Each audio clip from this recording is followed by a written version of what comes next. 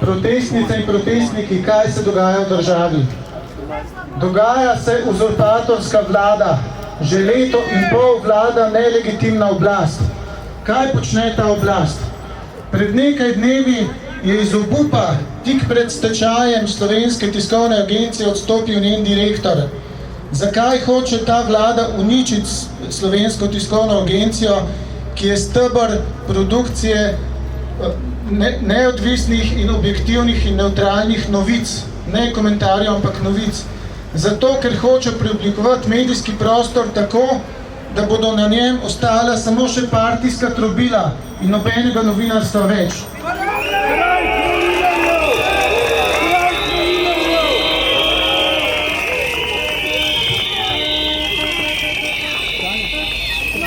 Tri četrt leta vlada krši zakon o Slovenski tiskovni agenciji in to je povedalo tudi že Vrhovno sodišče.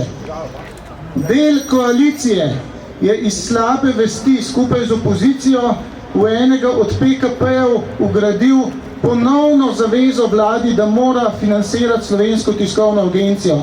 In vlada tepta tudi ta ponovljeni zakon. Se pravi, ne tepta samo neodvisnih medijev, ne tepta samo javnosti, tepta tudi zakon, pravno državo, parlament in parlamentarizem.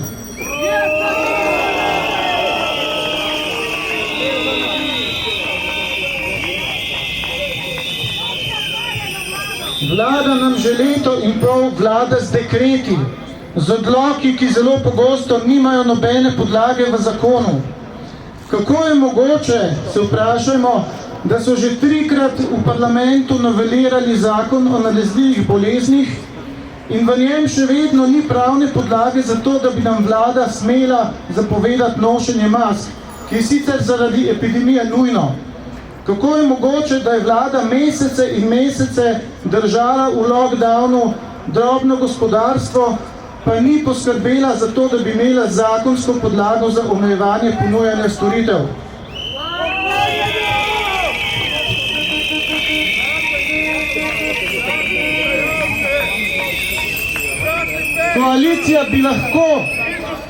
Koalicija bi lahko poskrbela za solidno novelo zakona o nalezljivih boleznih, ampak očitno tega noče, ker si hoče vlada vso oblast zadržati zase in tepta temeljna načela ustave, to je ločitev oblasti na 3 veje, tepta parlamentarizem in se posmehuje sodiščem.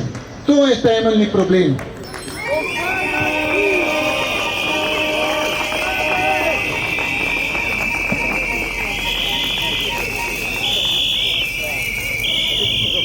Vlada pripravlja odloke čez noč in se o njih ne posvetuje z nikomer. Še preden odloki začnejo veljati, se že pokaže, da imajo luknje, da imajo absurdne pomanjkljivosti. In vlada že hiti z novim odlokom. In rezultat tega histeričnega veriženja odlokov je ta, da so ljudje zbegani, da ljudje ne morejo več in da se počutijo stisnjeni v kot, in rezultat tega je sredino besnenje.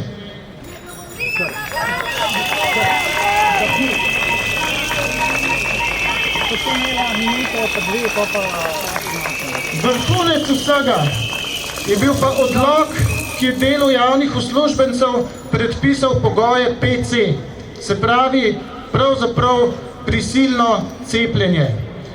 Sam zagovornik cepljenja, da se razumemo, v epidemiji je to stvar odgovornosti in prispevka k javnemu interesu, javnemu zdravju. Vendar ni mogoče, da izvršna veja oblasti poseže v ustavne pravice brez zakonske podlage. To je spet norčevanje iz ustave in iz parlamenta in njegovih pristojnosti.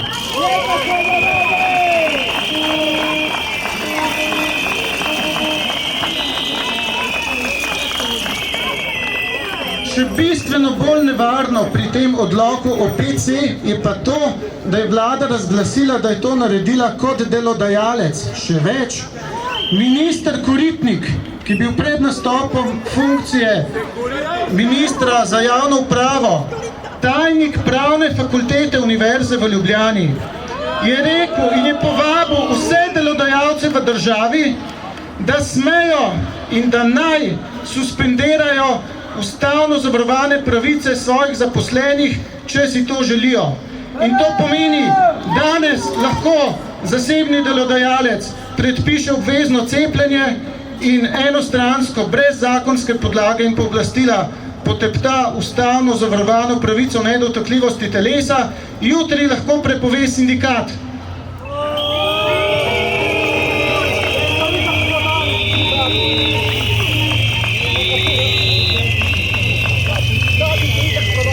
Tudi jaz sem sindikalist. Ne govori na pamet. Kaj je tak odlok o PC, ki ne samo, da ruši jedro ustave, to je razdelitev oblasti med 3 veje, ločitev med pristojnostmi vlade, parlamenta in sodišč, ampak tudi vabi kapital, da naj svobodno suspendira ustavno zajamčene pravice svojih delavcev.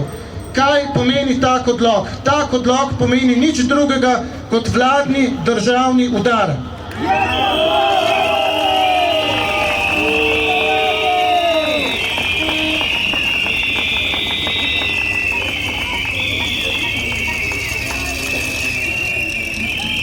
Na srečo ga je ustavno sodišče včeraj zadržalo, predsednik vlade pa značilno tvitnil, da bo odslej ustavno sodišče krivo za vse smrti, ki jih je povzročila vlada s svojim nesposobnim vodenjem epidemije.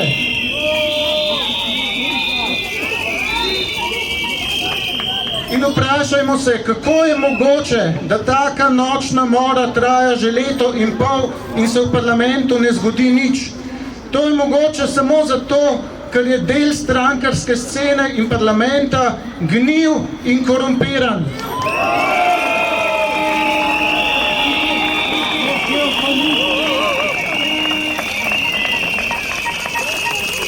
V parlamentu sedijo poslanci, ki so prepričali volivce, da so jim zaupali svoj glas z moraliziranjem. In potem so jih izdali.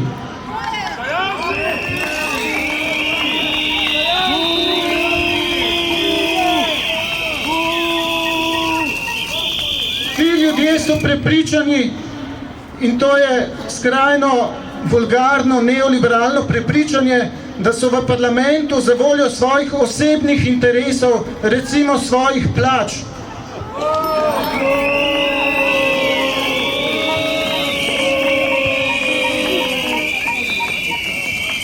Obnašajo se kot člani srednjeveških fevdalnih zborov, ki v takratnem parlamentu niso zastopali interesov ljudstva, ampak svoje osebne lastniške interese.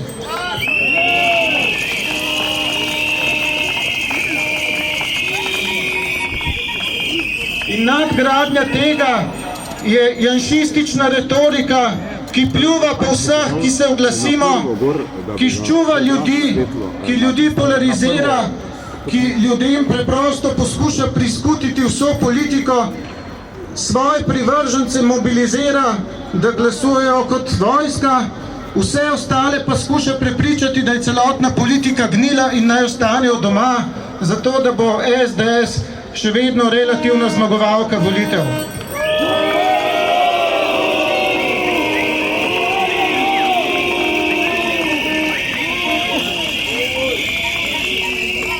Zato protestnice in protestniki, treba bo iti na volitve, treba bo zrušiti janšizem, ampak to ni dovolj. Zahtevamo volitve, ampak to ni dovolj. Treba bo spremeniti tudi volilni sistem, zato da se nikoli več ne bo zgodilo, da bi ljudstvo 76 tednov pred parlamentom govorilo poslancem, da so izdali ljudi, in se ne bi nič zgodilo. Nikoli več. Treba bo uzakoniti odpoklic poslancev in to